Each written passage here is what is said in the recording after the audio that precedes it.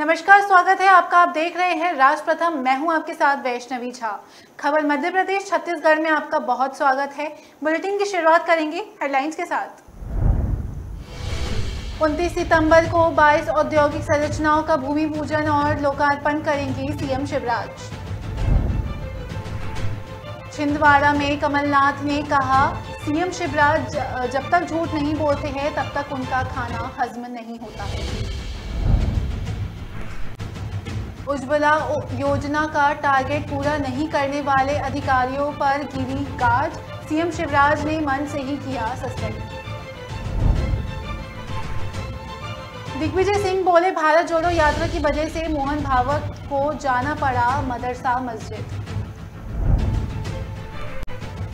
चुनाव से पहले मुस्लिमों पर उगड़ा प्रेम, मध्य प्रदेश में गरमाई सियासत।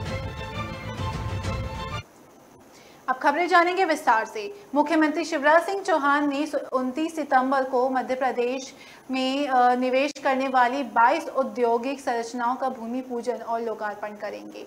इन औद्योगिक संस्थाओं में 42,000 युवाओं को सीधा रोजगार मिलेगा। जिले की बुधनी में आयोजित होने वाले इस महत्वपूर्ण आयोजन के साथ राज्य स्तरीय रोजगार दिवस कार्यक्रम भी होगा। मुख्यमंत्री जन सेवा अभियान और रोजगार दिवस पर सभी जिले में कार्यक्रम होंगे।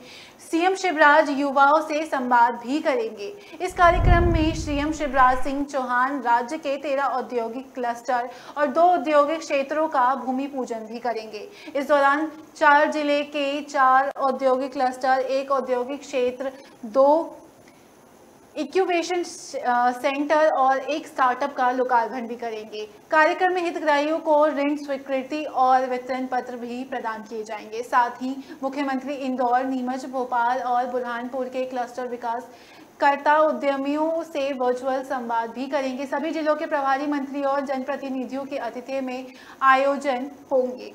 सीहोर जिले के बुधनी में आयोजित राज्य स्तरीय कार्यक्रम का सभी जिलों में सीधा प्रसारण भी किया जाएगा। उद्योग संघों के प्रतिनिधि, हितग्राही, एमएसई उद्यमी क्लस्टर के विकासकर्ता, बैंकर्स और स्वरोजगार योजना से जुड़ी सभी विभागों के अधिकारी शामिल होंगे। इस राज्य स्तरीय कार्यक्रम के लिए 23 सितंबर शुक्रवार को विदिशा सांसद रमाकांत भार्गव की अध्यक्षता में बुधनी जनपद पंचायत के सभा कक्ष में बैठक आयोजित की गई। बैठक में सांसद रमाकांत भार्गव ने कार्यक्रम के सफल आयोजन के संबंध में आवश्यक निर्देश दिए। बैठक में कलेक्टर चंद्र मोहन ठाकुर ने सभी अधिकारियों को समय से पहले ही व्यवस्था को पूरे करने के निर्देश दिए। बैठक के बाद कार्यक्रम स्थल करने का निरीक्षण किया गया।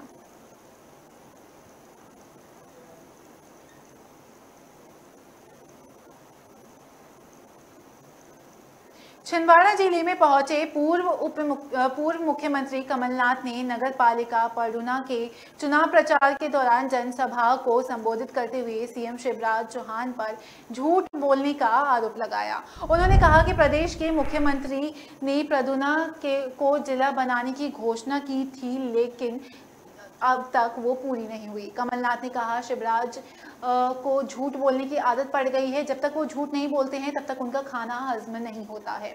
कमलनाथ ने जनसभा में मौजूद लोगों से कहा, पडुना में पेयजल समस्या से निपटने के लिए बांध बनाए जाने की बात कही गई थी, लेकिन एक भी बांध नहीं बनवाए गए। उन्होंने कहा कि हमारी सरकार आई तो हमने बिना कुछ बोले अपने विश्वास पात्र मंत्री को पीएचई विभाग देकर आपकी पानी पीने की समस्या को हल करा दिया। शिवराज सरकार की ओर से की गई एक घोषणा भी आज तक पूरी नहीं हुई। कमलनाथ ने कहा कि मुख्यमंत्री शिवराज सिंह चौहान जिस स्कूल और कॉलेज में पढ़े हैं उसको हमने बनवाया है। उन्होंने क्या बनाया कुछ नहीं मालूम। पूर्व सीएम ने कहा कि शिवराज हर सभा में ये कहते नजर आते हैं कि कांग्रेस सरकार ने उनकी योजना बंद करा दी थी, लेकिन जब हम इस संबंध में उनसे प्रमाण मांगते हैं तो वो किसी तरह का कोई प्रमाण नहीं दे पाते हैं। कमलनाथ ने पडुना की सरगम टॉकीज में नगर पालिका चुनाव में अधिकृत कांग्रेस प्रत्याशियों के पक्ष में आम सभा को लेकर कांग्रेस सरकार की ओर से कराए गए विकास कार्यों का गिनाया, जबकि उन्होंने राज्य और केंद्र सरकार पर गंभीर आरोप लगाते हुए सरकार की नीतियों को जन विरोधी बताया। इस दौरान उनके साथ सांसद नकुलनाथ सहित अन्य स्थानीय नेता भी मौजूद रहे।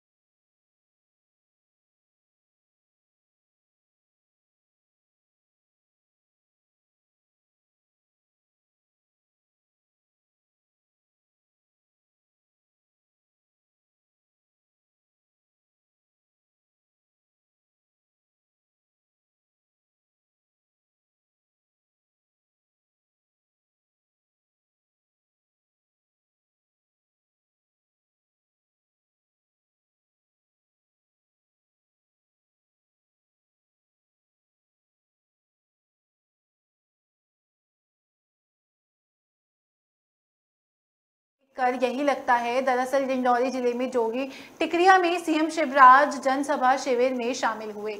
यहां मौजूद लोगों से उन्होंने योजनाओं के क्रियान्वयन के बारे में जानकारी ली। इस दौरान उज्ज्वला योजना में लापरवाही सामने आई तो सीएम ने जिला खाद्य एवं नागरिक आपूर्ति अधिकारी टीकाराम अहिरवार को मंच पर बुलाया। पहले तो सीएम ने अधिकारियों से लापरवाही का कारण पूछा और जमकर फटकार लगाई, फिर कहा जाओ आपको सस्पेंड करता हूं।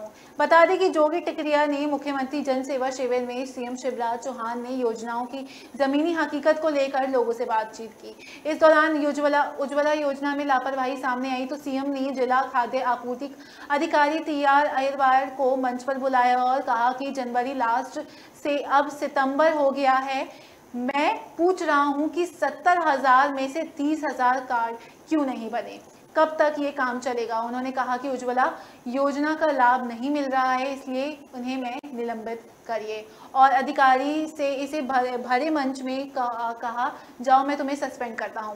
अधिकारी से सीएम सवाल के जवाब ही कर रहे थे कि अधिकारी ने कार्ड ना बनाने का कारण एजेंसी वालों पर डालना चाहा। अधिकारी ने बताया कि एजेंसी वाले रोज कैंप लगा रहे हैं। सीएम ने पूछा कि अगर गैस एजेंसी वाले नहीं कर पा रहे हैं तो आप क्या कर रहे थे। इस पर अधिकारी कुछ साफ जवाब नहीं दे पाया तो माइक कलेक्टर ने ले लिया। इस पर सीएम ने कलेक्टर से वही सवाल किया। बाद में सीएम ने खाद्य अधिकारी टीकाराम अहिरवार को कहा कि आपको सस्पेंड कर रहे हैं, जाओ।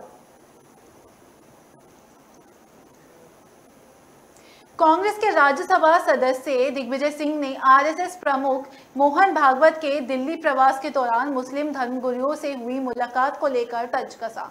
उन्होंने कहा कि राहुल गांधी की भारत जोड़ो यात्रा का ही ये परिणाम है जो आरएसएस प्रमुख को मदरसा और मस्जिद जाना पड़ रहा है। जबलपुर में मीडिया से बातचीत करते हुए दिग्विजय सिंह ने कहा कि भारत जोड़ो यात्रा के दौरान अभी हफ्ते भी नहीं हुए हैं और इसका प्रभाव पड़ने लगा है। मोहन भागवत को मदरसा और मस्जिद जाना पड़ रहा है। उन्होंने कहा कि मैं इसकी तारीफ करता हूं और अपेक्षा करता हूं कि ये बात आरएसएस के नीचे के लोगों में भी जानी चाहिए। राज्यसभा सदस्य दिग्विजय सिंह ने कहा कि ज्यादा से ज्यादा आरएसएस के लोग मुस्लिम भाइयों से मिले, कहीं ना कहीं आरएसएस प्रमुख का हृदय परिवर्तन हो रहा है, ये बहुत अच्छी बात है। दिल्ली के इमाम द्वारा मोहन भागवत को राष्ट्रपिता कहे जाने पर दिग्विजय सिंह ने कहा कि उन्होंने दबाव में ये कहा होगा। कांग्रेस नेता ने कहा कि आरएसएस हमेशा मुसलमान के लिए दुष्प्रचार करते आ रही है कि मुसलमान अल्पसंख्यक से बहुसंख्यक हो जाएंगे, जबकि ऐसा बिल्कुल नहीं है। बीजेपी आरोप लगाते हुए उन्होंने कहा कि हमारी विचारधारा की लड़ाई है, हम चाहते हैं कि भारत को जोड़ा जाए, लेकिन वे चाहते हैं कि भारत को तोड़ा जाए।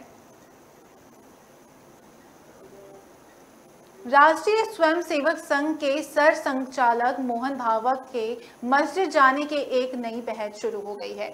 कट्टर हिंदू सोच वाले आरएसएस प्रमुख ने ऑल इंडिया इमाम ऑर्गेनाइजेशन के प्रमुख डॉक्टर उमर इलियासी से 1 घंटे मुलाकात की। इसके बाद इलियासी ने भी भागवत को देश का राष्ट्रपति तक बताया।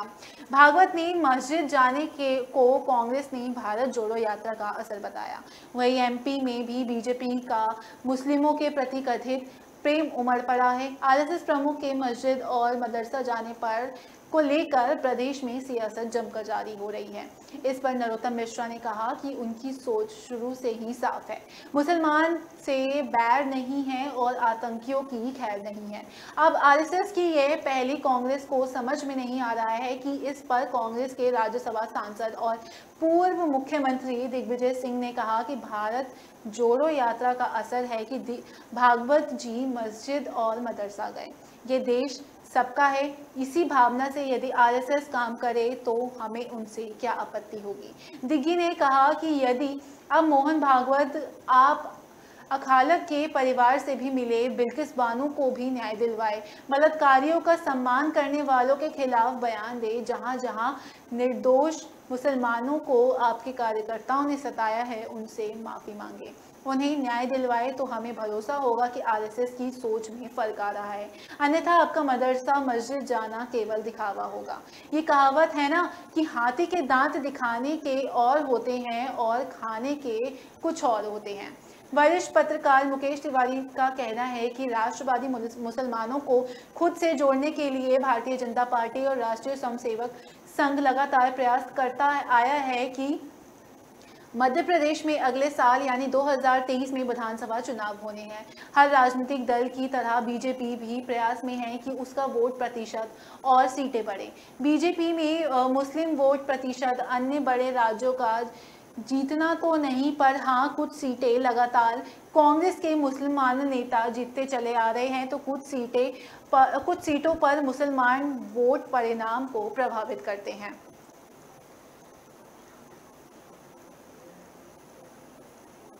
रुकेंगे एक छोटे से ब्रेक के लिए, आप बने रहिए राष्ट्र प्रथम के साथ।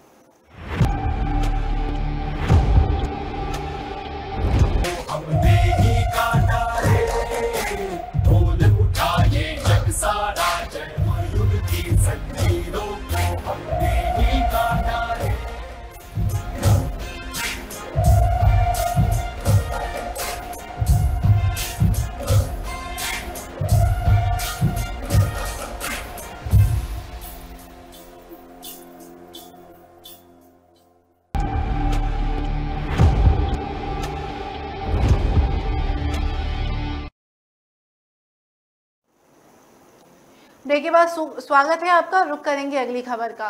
कुल्लू नेशनल पार्क में नीमबिया से 8 चीते आ गए हैं। 5 मादा और 3 नर को लाया गया है। इनसे ही भारत में चीतों की कुनबा बढ़ाने की तैयारी है। जिस पार्क में इन चीतों का बसाया जा रहा है वहां वे 6 तेंदुआ थे। इन चीतों को तेंदुओं से खतरा था और इस वजह से उन्हें वहां से निकालना जरूरी था। दिलचस्प की बात यह है कि तेंदुओं को पकड़ने के लिए जिस बकरे को चारा बनाया गया था वह आज भी जिंदा है, पर सारे तेंदुए पकड़े जा चुके हैं और उन्हें बाहर निकाला जा चुका है। अब ये बकरा चीतों का शिकार बनेगा। दरअसल चीतों को 12 वर्ग किलोमीटर के बाड़े में रखा जाना है। इस बाड़े में तेंदुओं की मौजूदगी में वन विभाग के अफसरों की चिंताओं को बढ़ा दिया गया था। 2 महीने पहले तो ऐसा लग रहा था कि इन तेंदुओं की वजह से प्रोजेक्ट चीता खटाई में पड़ सकता है। 15 अगस्त को चीते को आना था, लेकिन उनके आगमन को टाल दिया गया था। इस दौरान तेंदुओं को पकड़ने का वक्त मिल गया। वन विभाग के अधिकारियों के मुताबिक कुल्लू पार्क में 6 तेंदुए थे। इनमें से एक एक कर पकड़ा गया। अलग अलग जगहों पर लगाए गए पिंजरों में चार के तौर पर बकरा समेत अन्य जानवरों को बांधा गया। अगस्त तक तो तेंदुए वन विभाग के अफसरों को छापते रहे। खैर, उसके बाद कब्जे में आए और उन्होंने उसे दूसरे जंगल में छोड़ दिया।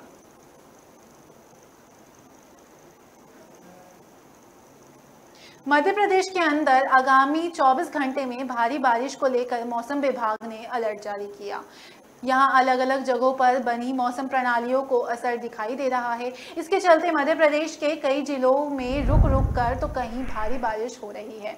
मौसम वैज्ञानिक MS तोमर ने बताया कि बंगाल की खाड़ी के अंदर कम दबाव वाले क्षेत्र के कारण मध्य प्रदेश के अंदर बारिश का मौसम फिर से बनने लगा है, जिसके चलते लगभग 9 जिले भोपाल, नर्मदापुरम, उज्जैन, इंदौर, जबलपुर, ग्वालियर, चंबल, रीवा संभाग में येलो अलर्ट जारी किया गया। तो वहीं आगर, शाजापुर, गुना, शिवपुरी, नीमच, मंदसौर, धार, सीहोर, खरगोन जिले में भारी बारिश होने की संभावना व्यक्त की। वहीं कभी रुक रुक कर तो कभी तेज हो रही बारिश से किसान चिंतित हैं। किसान पहले से ही अतिवृष्टि बाढ़ से परेशान थे, लेकिन अब सोयाबीन की फसल को लेकर चिंतित है। दरअसल सोयाबीन की वैरायटी पककर कटाई के लिए तैयार है। सबसे ज़्यादा परेशानी उन किसानों को है जिन्होंने उधार लेकर महंगा बीज खरीद कर बोवनी की थी। पहले तो उस समय कम बारिश होने से पौधों की वृद्धि रुक गई, स्थिति संभाली गई तो फसल कटाई के समय भारी बारिश से फसल अंकुरण का खतरा मंडराया। किसानों की माने तो सोयाबीन के अलावा मूंग, उड़द और मक्का आदि को भी नुकसान हो रहा है। बीते साल की तुलना में सोयाबीन का रुतबा बढ़ा है। परेशान किसानों ने कृषि विभाग, राजस्व विभाग एवं जनप्रतिनिधियों में बीमा कंपनियों से फसल नुकसानी के सर्वे के लिए अलग अलग आवेदन दिए हैं।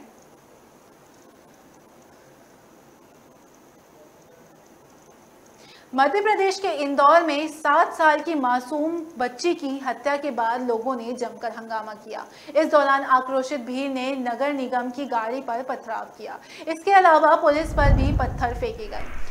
जिसके बाद पुलिस को स्थिति पर नियंत्रण पाने के लिए हल्का लाठीचार्ज भी करना पड़ा। वहीं हत्या के बाद आरोपी को पुलिस ने गिरफ्तार किया। दरअसल इंदौर के आज़ाद नगर में इलाके में उस समय हंगामे की स्थिति पैदा हुई जब सद्दाम नाम के एक बदमाश ने मासूम की हत्या कर दी। आज़ाद नगर पुलिस से मिली जानकारी के मुताबिक मासूम बच्ची अपनी नानी के यहाँ भाई का जन्मदिन मनाने के लिए आई थी। जब वो घर के बाहर खेल रही थी उस समय सद्दाम आया और मासूम को उठाकर अपने घर के अंदर ले गया। इस दौरान बच्ची ने विरोध कर शोर मचाया तो उसने बचाने के लिए कुछ लोगों को आगे कहा। हालांकि आरोपी सद्दाम ने अपने घर का दरवाजा लगा लिया और फिर बच्ची की हत्या कर दी। आधे घंटे बाद वह खून से सने कपड़े के साथ बाहर निकला और मोहल्ले के लोग ललकारने लगे, जिसके बाद आक्रोशित भीड़ ने आरोपी सद्दाम को पकड़कर पुलिस के हवाले कर दिया। इसके बाद इलाके में हंगामा मचा और लोगों की भीड़ ने पुलिस पर पथराव किया। इसके अलावा नगर निगम की गाड़ियों भी फोड़ दी गई। पुलिस ने हल्का लाठी चार्ज कर लोगों को तितर-बितर किया। आरोपी सद्दाम के खिलाफ हत्या का मामला दर्ज कर लिया गया है। इस बीच आरोपी सद्दाम के आज़ाद नगर स्थित 600 स्क्वायर फीट के मकान पर हत्या के बाद नगर निगम ने हथौड़े चला दिए। नगर निगम अधिकारियों ने बताया कि आरोपी का घर तंग गलियों में था जहां पर बुलडोजर तक पहुंचना मुमकिन नहीं था। इसलिए नगर निगम के 60 कर्मचारियों और अधिकारियों की टीम ने मौके पर पहुंचकर हथौड़े से आरोपी का मकान जमींदोज कर दिया।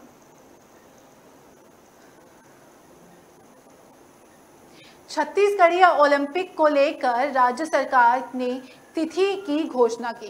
करीब 3 महीने तक चलने वाले इन खेलों का आयोजन 6 अक्टूबर से होगा। इसमें गिल्ली डंडा, कंचा, गेड़ी दौड़ सहित 14 तरह के पारंपरिक खेल होंगे। ग्रामीण परिवेश से जुड़े इन खेलों को लेकर संभवतः देश में पहली बार इतना बड़ा आयोजन होने जा रहा है। इस ओलंपिक में छत्तीसगढ़ के पारंपरिक खेलों को 2 श्रेणियों में बांटा गया, जिसमें खेल के लिहाज से एकल और दलील श्रेणी में होंगे। छत्तीसगढ़ीय ओलंपिक में जिन खेलों को शामिल किया गया है उनमें दलील श्रेणी में गिल्ली डंडा, पिट्टूल, सिंखली, लंगड़ी दौड़, कबड्डी, खो खो, रस्सी कस्सा और बांटी शामिल है। वहीं एकल श्रेणी में बिल्लस, फुगड़ी, गेड़ी दौड़, भावड़ा, 100 मीटर दौड़ और लंबी कूद जैसे खेलों का शामिल किया गया है। छत्तीसगढ़ में ओलंपिक में 6 स्तर निर्धारित किए गए हैं। इन स्तरों के अनुसार ही खेल प्रतियोगिता के चरण होंगे। इसमें गांव में सबसे पहला स्तर राजीव युवा मितान क्लब होगा। वहीं दूसरा स्तर जोन है जिसमें 8 राजीव युवा मितान क्लब को लेकर एक क्लब बनाया गया है। फिर विकास खंड, क्लस्टर स्तर, जिला, संभाग और अंतिम में राज्य स्तर खेल प्रतियोगिताएं होंगी। छत्तीसगढ़ीय ओलंपिक में सबसे पहले राजीव युवा मितान क्लब के आयोजन 6 अक्टूबर से 11 अक्टूबर तक होंगे। वहीं जोन स्तर के 15 से 20 अक्टूबर तक खेले जाएंगे। विकासखंड स्तर पर 27 अक्टूबर से 10 नवंबर, जिला स्तर पर 17 से 26 नवंबर, संभाग स्तर पर 5 दिसंबर से 14 दिसंबर और राज्य स्तर पर अंतिम चरण में 28 दिसंबर से 6 जनवरी तक खेला जाएगा।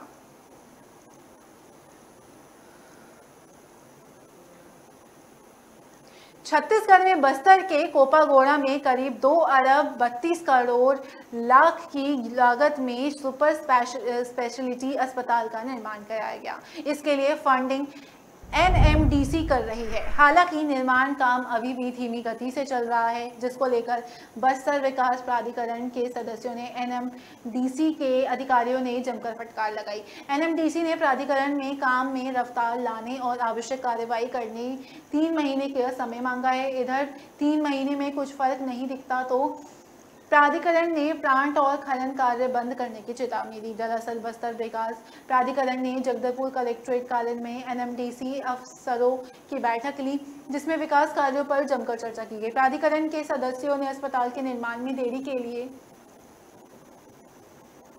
नाराजगी जाहिर की और इस कार्य को प्राथमिकता देते हुए आवश्यक प्रगति लाने के निर्देश दिए। इस पर एमएनडीसी के अफसरों ने 3 माह में प्रारंभिक कार्रवाई का आश्वासन दिया। इस बैठक में छत्तीसगढ़ के आबकारी और बस्तर के प्रभारी मंत्री कवासी लखमा, बस्तर विकास प्राधिकरण के अध्यक्ष लंकेश्वर बघेल, बस्तर सांसद दीपक बैज समेत अन्य अफसर भी मौजूद थे।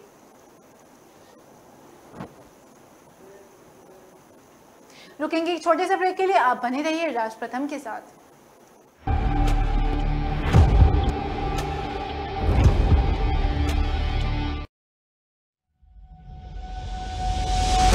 लहरों से डरकर नौका पार नहीं होती, कोशिश करने वालों की कभी हार नहीं होती। नन्ही चींटी जब दाना लेकर चलती है, चढ़ती दीवारों पर 100 बार फिसलती है। मन का विश्वास रगों में साहस भरता है, चढ़कर गिरना गिरकर चढ़ना न अखरता है। आखिर उसकी मेहनत बेकार नहीं होती, कोशिश करने वालों की कभी हार नहीं होती। डुबकी या सिंधु में गोताखोर लगाता, जा जाकर खाली हाथ लौट कर आता। मिलते नहीं सहज ही मोती गहरे पानी में, बढ़ता 2 गुना उत्साह इसी हैरानी में। मुट्ठी उसकी खाली हर बार नहीं होती, कोशिश करने वालों की कभी हार नहीं होती। असफलता एक चुनौती है, इसे स्वीकार करो। क्या कमी रह गई देखो और सुधार करो। जब तक न सफल हो नींद चैन को त्यागो तो, संघर्ष का मैदान छोड़कर मत भागो तो। कुछ किए बिना ही जय जयकार नहीं होती, कोशिश करने वालों की कभी हार नहीं होती। कुछ नया करो।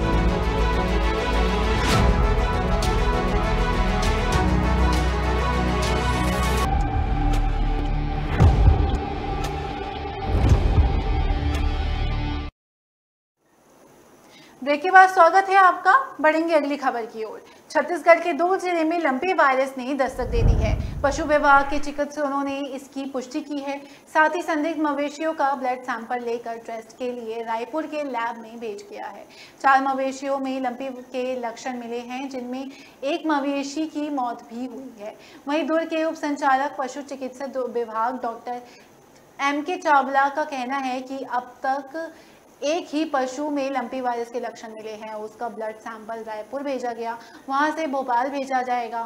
लैब में जांच होने के बाद ही तय किया जाएगा कि संदिग्ध मवेशी में लंपी वायरस है या नहीं।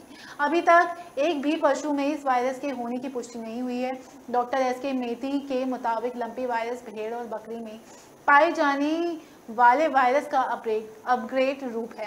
ये गाय और भैंस प्रजाति के जानवरों में ही होता है, जिसमें जानवरों को तेज बुखार आता है, शरीर में ढेर सारी छोटी छोटी गांठें दिखने लगती है, पैरों में सूजन आ जाती है, तेज दर्द होने के कारण जानवर चल नहीं पाते हैं, उसका खाना कम हो जाता है। डॉक्टर मेती ने बताया कि लंपी वायरस गाय भैंस के अलावा दूसरे जानवर या इंसान में नहीं फैलता है, इसलिए उन्हें घबराने की जरूरत नहीं है। मवेशियों में ये ना फैले, इसके लिए सबसे ज़रूरी है कि दूसरे राज्यों में मवेशियों को यहाँ ना लाए। एक जानवर का चारा दूसरा जानवर ना खाए, मच्छर मक्खियों से बचाव करे। एक जानवर की सुई दूसरे जानवर को कभी ना लगाए, इससे ये वायरस तेज़ी से फैलता है। गौ सेवकों की माने तो दुर्ग के खंडेलवाल कॉलोनी सहित अलग अलग क्षेत्र में 4 मवेशियों में लंपी वायरस से लक्षण पाए गए हैं। इनमें से एक मवेशी की मौत भी हो चुकी है। इन चारों का ब्लड सैंपल जांच के लिए भेजा गया है। संक्रमित मवेशियों के दूसरे मवेशियों से अलग रखा गया है।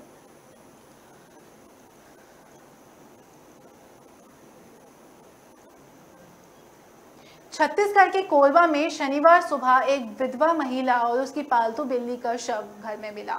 महिला अकेले ही रहती थी। आशंका है कि चोरी करने के प्रयास में महिला की हत्या की गई। महिला के गले से सोने की चेन गायब है। इसके अलावा कुछ बर्तन भी चोरी हुए हैं।